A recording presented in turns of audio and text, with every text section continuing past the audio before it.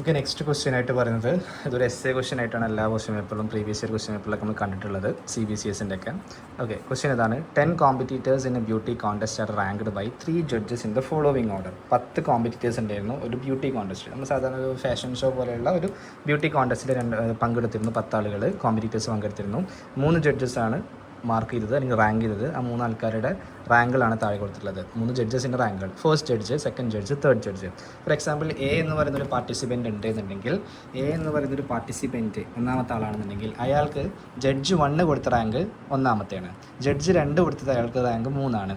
Judge 3 അയാൾക്ക് കൊടുത്ത rank എത്രയാണ്? 6ആണ്. അങ്ങനെ 10 ആളുണ്ട്. ABCD എന്ന് പറഞ്ഞൊരു ആൾക്കാരുണ്ടെന്നുണ്ടെങ്കിൽ 10 കോമ്പറ്റീറ്റേഴ്സ് ഉണ്ടെങ്കിൽ ആ 10 ആളുകൾക്കും അവരുടെ ബ്യൂട്ടി കോൺടെസ്റ്റിലുള്ള റാങ്കുകളാണ് ഓരോ ജഡ്ജസും കൊടുത്തിട്ടുള്ളത്. നമ്മുടെ ചോദിച്ച ചോദ്യം ഇതാണ്: use the correlation coefficient to discuss which pair of judges. Correlation coefficient ഉപയോഗിച്ചുകൊണ്ട് which pair of judges have nearest approach to common taste in beauty. അല്ലേ, ഇതിൽ ഏത് 2 ജഡ്ജുകൾക്കാണ്? പെയർ ഓഫ് ജഡ്ജ്, പെയർ എന്ന് പറഞ്ഞാൽ 2 ആൾക്കാരുണ്ടാവും അല്ലേ. അപ്പം ഒന്നാമത്തെ ജഡ്ജും രണ്ടാമത്തെ ജഡ്ജും തമ്മിലാണോ, അതോ ഒന്നാമത്തെ ജഡ്ജും മൂന്നാമത്തെ ജഡ്ജും തമ്മിലാണോ, അല്ലെങ്കിൽ രണ്ടാമത്തെ ജഡ്ജും മൂന്നാമത്തെ ജഡ്ജും തമ്മിലാണോ കൂടുതൽ കോമൺ ടേസ്റ്റ് ഉള്ളത്? 2 പേർക്കും ഏറ്റവും കൂടുതൽ കോമൺ ടേസ്റ്റ് ഉള്ളത് ആർക്കാണെന്നത് കണ്ടെത്താൻ നമ്മൾ ചോദിച്ചിട്ടുള്ളത്.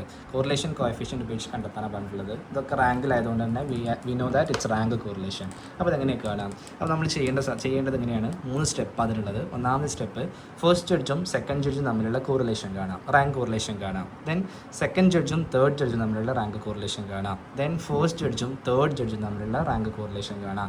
അതിൽ ഏറ്റവും കൂടുതൽ പോസിറ്റീവ് ആയിട്ടുള്ള റാങ്ക് കോറിലേഷൻ ആർക്കാണോ ഓരാണ് കോമൺ ടേസ്റ്റ് ഉള്ളത്. അപ്പം ആൻസർ വരുന്നത് ഇങ്ങനെയായിരിക്കും.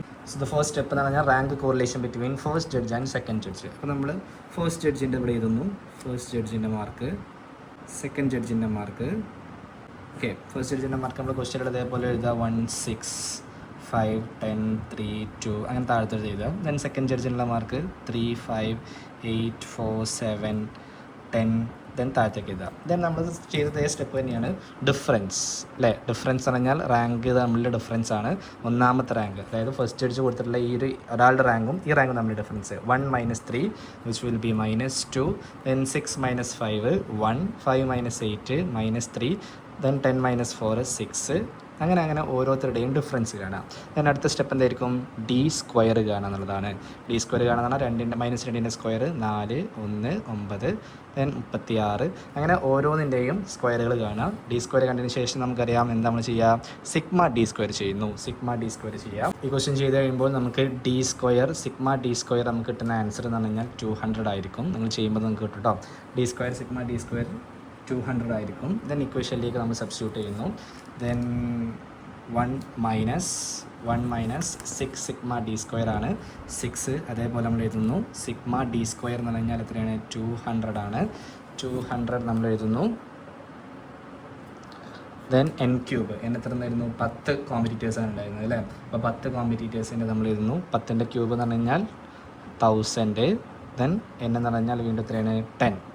അപ്പം 1 - 6 × 200 ഡിവൈഡഡ് ബൈ 1000 × 10 990, വിച്ച് മീൻസ് 1 - 6 × 200 1200 വരും. Okay, 200 divided by 990. ദെൻ നമ്മൾ ചെയ്യേണ്ട സ്റ്റെപ്പ് എങ്ങനെയാണ്? ആദ്യം 1200 ഡിവൈഡഡ് ബൈ 990 ചെയ്യുക. അങ്ങനെ ചെയ്യുമ്പോൾ നമുക്ക് 1.21 കിട്ടും. പിന്നെയാണ് നമ്മൾ എന്ത് ചെയ്യേണ്ടത്? 1 ചെയ്യേണ്ടത്. Then 1 - 1.21 which will be -0.21. Okay, അപ്പോൾ ഒന്നാമത്തെ ജഡ്ജും രണ്ടാമത്തെ ജഡ്ജും തമ്മിലുള്ള റാങ്ക് കോറിലേഷൻ എന്ന് എത്രയാണ്? -0.21 ആണ്. ഇനി ഇതേപോലെ നമ്മൾ അടുത്ത സ്റ്റെപ്പ് എന്താ ചെയ്യേണ്ടത്? ഒന്നാമത്തെ പെയർ ഓഫ് ജഡ്ജ് കഴിഞ്ഞു. ഇനി രണ്ടാമത്തെ പെയർ ഓഫ് ജഡ്ജ് എന്ന് പറഞ്ഞാൽ rank correlation between second judge and third judge. Second ജഡ്ജിൻ്റെ റാങ്കുകൾ നമ്മൾ താഴത്തേക്ക് എഴുതുക. അതേപോലെ നമ്മൾ നേരത്തെ അതേപോലെ തന്നെ സെക്കൻഡ് ജഡ്ജിൻ്റെ എഴുതുക. ദെൻ തേർഡ് ജഡ്ജിൻ്റെ എഴുതുക. അത് കഴിഞ്ഞ ശേഷം അതായത് സെക്കൻഡ് ജഡ്ജിൻ്റെ ക്വസ്റ്റ്യനിലുണ്ട് സെക്കൻഡ് ജഡ്ജ് 3, 5, 8, 4, 7 അങ്ങനെ 3, 5 സെക്കൻഡ് ജഡ്ജിൻ്റെ എഴുതുക. 3, 5, 6, 4, 9, 8 എന്നാണ് താഴത്തേക്ക് എഴുതുക. ദെൻ സെക്കൻഡ് ജഡ്ജിൻ്റെ ആയി തേർഡ് ജഡ്ജിൻ്റെ ആയി ദെൻ അവർ തമ്മിലുള്ള ഡിഫറൻസ് 3 - 6 അല്ലേ. ഒന്നാമത് എന്താ ചെയ്യുക? 3 - 6.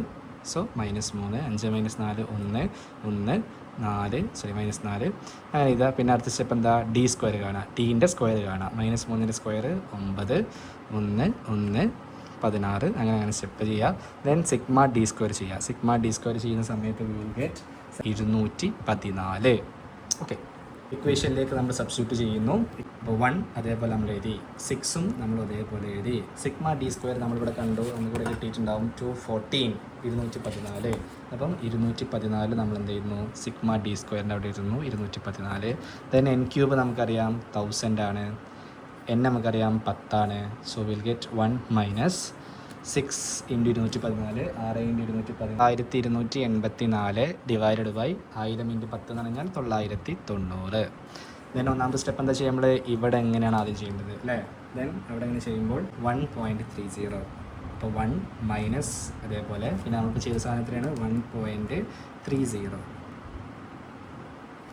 1 minus 1.30 which will be minus 0.30. ഒന്നിൽ നിന്നും 1.30 കുറച്ച് കഴിഞ്ഞാൽ വിൽ ഗെറ്റ് മൈനസ് 0.30. അപ്പോൾ നമ്മളിപ്പോൾ കണ്ട കോറിലേഷൻ, ഒന്നാമത് നമ്മൾ പെയർ ഓഫ് ജഡ്ജ് എഴുതുന്നതാണ് ഫസ്റ്റ് ജഡ്ജും സെക്കൻഡ് ജഡ്ജും ചെയ്തു. അതിന് ശേഷം നമ്മളിപ്പോൾ എഴുതിയതാണ് സെക്കൻഡ് ജഡ്ജും തേർഡ് ജഡ്ജുമാണ്. ദെൻ ഇനി നമുക്ക് ആ ഒരു ജഡ്ജ് പെയർ ഓഫ് ജഡ്ജ് മാത്രമേ ബാക്കിയുള്ളൂ. ആരൊക്കെയാണത്, ഫസ്റ്റ് ജഡ്ജും തേർഡ് ജഡ്ജും. അപ്പോൾ നമ്മൾ അടുത്ത സ്റ്റെപ്പ് ഇതേപോലെ തന്നെ rank correlation between first and third judge. സ്റ്റെപ്പൊക്കെ സെയിം തന്നെ, first judge, second judge third judge. നമുക്ക് അതേപോലെ എഴുതുന്നു, നമ്മൾ 165 അങ്ങനെ എഴുതുന്നു. തേർഡ് ജഡ്ജിൻ്റെ മാർക്കുകൾ നമുക്കറിയാം 4, 9, 8 അങ്ങനെ പോകുന്നു. ദെൻ അടുത്ത സ്റ്റെപ്പ് എന്താണ്, ഡിഫറൻസ് കാണുക, റാങ്കിൽ തമ്മിലുള്ള difference. 1 minus 6 minus 5, then 6 minus 4 2, 5 minus 9 minus 4. അടുത്ത സ്റ്റെപ്പ് എന്തായിരിക്കും, അങ്ങനെ താഴത്തേക്ക് ഓരോന്നിൻ്റെയും കാണുക. ദെൻ അടുത്ത സ്റ്റെപ്പ് ഡി സ്ക്വയർ കാണുക. ഡി സ്ക്വയർ കണ്ടു കഴിഞ്ഞാൽ 25, 4, 16 അങ്ങനെ. അടുത്ത സ്റ്റെപ്പ് ലാസ്റ്റ് സ്റ്റെപ്പ് എന്താണ്, സിഗ്മ ഡി സ്ക്വയർ കാണുക. അത് ചെയ്യുമ്പോൾ വിൽ ഗെറ്റ് 60. ഇക്വേഷനിലേക്ക് സബ്സ്റ്റിറ്റ്യൂട്ട് ചെയ്യുന്നു. Equation r is equal to 1 minus 6 sigma d square divided by n cube minus n. Then equation നമ്മൾ എഴുതുന്നു 1 മൈനസ് 6 ഇൻറ്റു സ്ക്വയർ എന്ന് പറഞ്ഞാൽ 60 divided by n cube minus n എന്ന് പറഞ്ഞാൽ 990. നമ്മളിവിടെ എഴുതിയത് തന്നെയാണ്, ആ സെയിം സാധനം തന്നെ. അപ്പം 1 മൈനസ് 6 ഇൻറ്റു 60 എന്ന് പറഞ്ഞാൽ 360 ഡിവൈഡഡ് ബൈ 990. അപ്പം നമുക്ക് ആദ്യം ചെയ്യേണ്ട സ്റ്റെപ്പ് എന്താണ്, ഈ ഭാഗം ചെയ്യുക അല്ലേ. അപ്പോൾ 1 മൈനസ് 0.364. അപ്പോൾ ഒന്നിൽ നിന്നും 0.364 കുറച്ച് കഴിഞ്ഞാൽ 0.636. ഇതാണ് ഇപ്പോഴത്തെ ആൻസർ. അപ്പം 3 റാങ്ക് കോറിലേഷൻ നമ്മൾ കണ്ടു. ഒന്നാം നമ്മൾ ചെയ്തത് ഫസ്റ്റ് ജഡ്ജും തേർഡ് ജഡ്ജും തമ്മിലുള്ള റാങ്ക് കോറിലേഷൻ 0.636. ദെൻ സെക്കൻഡ് ജഡ്ജും തേർഡ് ജഡ്ജും തമ്മിലുള്ള കോറിലേഷൻ എന്ന് പറഞ്ഞാൽ മൈനസ് 0.30. അത് കഴിഞ്ഞതിന് ശേഷം നമ്മളിവിടെ എഴുതിയത് ഫസ്റ്റ് ജഡ്ജും സെക്കൻഡ് ജഡ്ജും തമ്മിലുള്ള റാങ്ക് കോറിലേഷൻ എന്ന് പറഞ്ഞാൽ മൈനസ് 0.21 ആണ്. ഇതിൽ നിന്നും ഏറ്റവും കൂടുതൽ ടേസ്റ്റ്, ബ്യൂട്ടിയുടെ കോമൺ ടേസ്റ്റ് ആർക്കാന്നുള്ളതാണ് നമ്മൾ നോക്കുന്നത് എങ്ങനെയാണെന്ന് വെച്ച് കഴിഞ്ഞാൽ ഏറ്റവും പോസിറ്റീവായിട്ടുള്ള വാല്യൂ വരുന്നത് എവിടെയാണ്. ഇവിടെ നോക്കുന്ന സമയത്ത് നമുക്ക് മൈനസ് ആണ്, മൈനസ് 0.21. ഇവിടെ വരുന്ന സമയത്ത് നമുക്ക് കിട്ടിയത് മൈനസ് 0.30 ആണ്. ഇവിടെയാണ് നമുക്ക് കിട്ടിയിട്ടുള്ളത് എന്താണ്, പോസിറ്റീവായിട്ടുള്ളത് 0.636. അപ്പോൾ ഏത് ജഡ്ജ് തമ്മിലാണ് കൂടുതൽ ടേസ്റ്റ് ഉള്ളത്, ഫസ്റ്റ് ജഡ്ജും തേർഡ് ജഡ്ജുമാണ് നമുക്ക് കൂടുതലായിട്ടും കോമൺ ടേസ്റ്റ് ബ്യൂട്ടിയിലുള്ളത്. എങ്കിൽ അടുത്തൊരു ചോദ്യം ഇതേപോലെയുള്ള ക്വസ്റ്റ്യൻസ് ആണെന്നുണ്ടെങ്കിൽ, ഇപ്പോൾ ഫോർ എക്സാമ്പിൾ ഇവിടെയും 0.3 മൈനസ് ഇല്ല, 0.30 ആണ്, ഇവിടെയും പോസിറ്റീവ് ആണ്, അവിടെയും പോസിറ്റീവ് ആണെന്നുണ്ടെങ്കിൽ നമ്മൾ എന്താ ചെയ്യുക, ഏറ്റവും പോസിറ്റീവായിട്ടുള്ള ഏതാണ് നോക്കുക. ഇതും 0.3 ആണ്, 0.63 ആണ്. അപ്പോൾ അത് 0.2 ആണ് കൂട്ടുന്നുണ്ടെങ്കിൽ അവിടെയും നമുക്ക് ഏറ്റവും കൂടുതൽ പോസിറ്റീവായിട്ടുള്ളത് 0.63 ആണ് അല്ലേ. അപ്പം ഇത്രയേ ഉള്ളൂ. ഏത് കോറിലേഷൻ പോസിറ്റീവ് ആണോ നോക്കുക, പോസിറ്റീവിൽ തന്നെ ഏറ്റവും പോസിറ്റീവ് ഏതാണോ നോക്കുക, അവിടെയാണ് എന്തുണ്ടാവുക, കോമൺ ടേസ്റ്റ് അല്ലെങ്കിൽ കോമൺ അപ്രോച്ച് ഉണ്ടാവുക എന്നുള്ളതാണ്. അപ്പോൾ ഇതാണ്. ഇനി ഒരു മോഡൽ ക്വസ്റ്റ്യനും കൂടി ഉണ്ട് ഈ റാങ്ക് കോറിലേഷനിൽ, അതും കൂടി നമുക്ക് നോക്കാം. വേറൊരു ടൈപ്പ് ക്വസ്റ്റ്യൻ നമ്മൾ നേരത്തെ പറഞ്ഞ പോലെ തന്നെ നോക്കാം. എന്താ ഡിഫറൻസ് നോക്കാം. Find rank correlation between marks in statistics and business. Okay, ബിസിനസ്സിലെയും സ്റ്റാറ്റിസ്റ്റിക്സിലെയും മാർക്സുകളാണ് താഴെ കൊടുത്തിട്ടുള്ളത്. അതിൽ നിന്നും നമ്മളുടെ റാങ്ക് കോറിലേഷൻ കണ്ടെത്താൻ പറഞ്ഞിട്ടുള്ളത്. ഇവിടെ തന്നിട്ടുള്ളത് ഡാറ്റയാണ്, മാർക്കുകളാണ്. തന്ന 2 ക്വസ്റ്റ്യൻസിലും നമുക്ക് തന്നത് എങ്ങനെയായിരുന്നു, റാങ്കുകളായിരുന്നു. ഇവിടെ തന്നിട്ടുള്ളതാണ് ഡാറ്റകളാണ്. ഡാറ്റയാകുമ്പോൾ നമ്മൾ ചെയ്യേണ്ടത് എന്താണ്, ആദ്യം അതിനെ എന്തിലേക്ക് കൺവേർട്ട് ചെയ്യണം, റാങ്കിലേക്ക് കൺവേർട്ട് ചെയ്യണം. അപ്പം സ്റ്റാറ്റിസ്റ്റിക്സ് എന്ന് പറയുന്ന ഈ ഒരു സബ്ജക്റ്റിൽ കിട്ടിയ കുട്ടികളുടെ മാർക്കാണ്. ഫോർ എക്സാമ്പിൾ ABCD എന്നുണ്ടെങ്കിൽ എക്ക് സ്റ്റാറ്റിസ്റ്റിക്സിൽ 17ഉം ബിസിനസ്സിൽ 36ഉം, ബി എന്ന് പറഞ്ഞ കുട്ടിക്ക് 13, 46 അങ്ങനെ 10 കുട്ടികളുടെ മാർക്കിലാണ് താഴെ തന്നിട്ടുള്ളത്. അപ്പോൾ ഇതിൽ നിന്നും നമ്മുടെ റാങ്ക് കോറിലേഷനാണ് പറഞ്ഞിട്ടുള്ളത്. റാങ്കിലേക്ക് കൺവേർട്ട് ചെയ്യണം. എങ്ങനെയാണ് നമ്മൾ റാങ്ക്, അപ്പോൾ ആദ്യം നമുക്ക് സ്റ്റാറ്റിസ്റ്റിക്സിൻ്റെ നോക്കാം. ഓക്കെ, നമ്മൾ തന്നിട്ടുള്ള സ്റ്റാറ്റിസ്റ്റിക്സിൻ്റെ ഡാറ്റ അതേപോലെ എഴുതി, അതുപോലെ തന്നെ ബിസിനസ്സിൻ്റെയും ഡാറ്റ അതേപോലെ എഴുതി. ഇനി നമ്മൾ ഇതിൽ നിന്നും റാങ്കുകളാണ് കാണുന്നത്. തന്നിട്ടുള്ളത് ഡാറ്റ ആയതുകൊണ്ട് ഡാറ്റയിൽ നമ്മൾ എന്ത് കാണണം? റാങ്കുകൾ കാണണം. അതെങ്ങനെയാണ് ഡാറ്റയാണോ റാങ്കാണോ നോക്കി കഴിഞ്ഞാൽ ഇവിടെ നമ്മൾ തന്നിട്ടുള്ളതൊക്കെ അൺഈവൻ ആണ് അല്ലേ. ഇപ്പോൾ ഫോർ എക്സാമ്പിൾ 1 ഇതിലില്ല, 2 ഇതിലില്ല, 2 ഉണ്ടാവും, 2 ഇല്ല, 3 ഇല്ല, 4 ഇല്ല. അപ്പോൾ റാങ്ക് ഓർഡേഴ്സിലല്ല, എവിടെയും ഇതിൻ്റെ റാങ്കുകളല്ല, പകരം ഇത് ഡാറ്റയിലാണ്. അപ്പോൾ ഡാറ്റ നമ്മൾ നിർത്തി കഴിഞ്ഞാൽ ഡാറ്റ നമ്മൾ എന്തിലേക്ക് കൺവേർട്ട് ചെയ്യണമെന്നാണ്? റാങ്കിലേക്ക് കൺവേർട്ട് ചെയ്യണം. റാങ്ക് കൺവേർട്ട് ചെയ്യാൻ നമ്മൾ എന്താ ചെയ്യുക? നമ്മൾ സാധാരണയായിട്ട് റാങ്ക് കൊടുക്കുന്നത് എങ്ങനെയായിരിക്കും? ഒരു മാർക്കിൻ്റെ റാങ്ക് ഏറ്റവും കൂടുതൽ മാർക്ക് കിട്ടിയ കുട്ടിക്ക് നമ്മൾ 1ാമത് റാങ്ക് കൊടുക്കുക അല്ലേ. അപ്പോൾ സ്റ്റാറ്റിസ്റ്റിക്സിൽ ഏറ്റവും കൂടുതൽ മാർക്ക് കിട്ടിയിട്ടുള്ളത് ഏതാണെന്ന് നോക്കാം. നമുക്ക് 17 എങ്ങനെയുണ്ട്? 17 നമ്മൾ നിർത്തുക 1ാമത്തെ റാങ്ക് കൊടുക്കുക. സോ 17 എന്ന് പറഞ്ഞാൽ ഏറ്റവും ടോപ്പാണ്. ഇതിൽ ഏറ്റവും കൂടുതൽ മാർക്ക് വന്നത് ആർക്കാണോ അവിടെയാണ് നമ്മൾ 1ാമത്തെ റാങ്ക് കൊടുക്കുക. അപ്പോൾ 17ന് 1 എടുത്തു. ദെൻ അടുത്ത സെക്കൻഡ് റാങ്ക് വരുന്നത് ഏതാണ്? ഏറ്റവും അടുത്ത മാർക്ക് കുറഞ്ഞ ആൾ അല്ലെങ്കിൽ കൂടിയ ആൾ. ഈ 17നേക്കാൾ മാർക്ക് കുറഞ്ഞ ആൾ, എന്നാൽ കമ്പാരിറ്റീവ്ലി മറ്റുള്ളവരെക്കാൾ മാർക്ക് കൂടിയ ആൾ. അപ്പോൾ 17 കഴിഞ്ഞാൽ പിന്നെ അടുത്ത ടോപ്പ് എന്ന് പറഞ്ഞാൽ എത്രയാണ്? 16. അപ്പോൾ 16ൻ്റെ അവിടെ നമ്മൾ എന്ത് ചെയ്യുന്നു? 2ാമത്തെ റാങ്ക് കൊടുക്കുന്നു. ദെൻ അടുത്തത് 15ന് നമ്മൾ 3ാമത്തെ റാങ്ക് കൊടുക്കുന്നു. ദെൻ 14, 4, ദെൻ 13, 4 കഴിഞ്ഞാൽ പിന്നെ അടുത്ത റാങ്ക് 5, ദെൻ 13 കഴിഞ്ഞാൽ പിന്നെ നമുക്ക് റാങ്ക് വരുന്നത് 12 അല്ലേ. 12ന് നമ്മൾ 6ാമത്തെ റാങ്ക് കൊടുക്കുന്നു. 11ന് നമ്മൾ 7, 10 ഉണ്ടോ നോക്കുക, 10 ഇല്ല, 10 ഇല്ലാത്ത സമയത്ത് നമ്മൾ അടുത്ത സംഖ്യ നോക്കുക, 9ന് നമ്മൾ 8ാമത്തെ റാങ്ക് കൊടുക്കുന്നു. ദെൻ 9 കഴിഞ്ഞാൽ പിന്നെ 8 ഉണ്ടോ? ഇല്ല, 7ന് നമ്മൾ 9ാമത്തെ റാങ്ക് കൊടുക്കുന്നു. 6ന് 10ാമത്തെ റാങ്കും കൊടുക്കുന്നു. അങ്ങനെ ഏറ്റവും ടോപ്പ് വരുന്ന റാങ്കുകൾക്ക്, ടോപ്പ് വരുന്ന മാർക്കുകൾക്ക് നമ്മൾ റാങ്ക് കൊടുക്കുന്നു. ഇതേപോലെ തന്നെ നമ്മൾ എന്ത് ചെയ്യണം? ബിസിനസ്സിൻ്റെയും നോക്കണം. ഇതിൽ ഏറ്റവും ടോപ്പ് മാർക്ക് വന്നത് ആർക്കാ നോക്കുക? 46 ഉണ്ട് ഇവിടെ. യെസ്, 46. അപ്പോൾ 46ൻ്റെ നേരെ നമ്മൾ എന്ത് ചെയ്യുന്നു? 1ാമത്തെ റാങ്ക് കൊടുക്കുന്നു. ദെൻ അടുത്തത് മാർക്ക് വരുന്നത് ഏതാണ്? 46 കഴിഞ്ഞാൽ പിന്നെ അടുത്ത മാർക്ക് 36, 2, പിന്നെ 34, 35, 3, 8th റാങ്ക് 9, 10.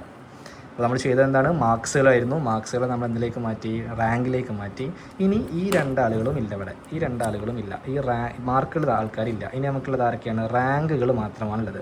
അപ്പോൾ ഇതൊരു റാങ്കാണ്, ഇതൊരു റാങ്കാണ്. അപ്പോൾ നമ്മൾ അടുത്ത സ്റ്റെപ്പ് എന്താണ്? ഡിഫറൻസ് അല്ലേ.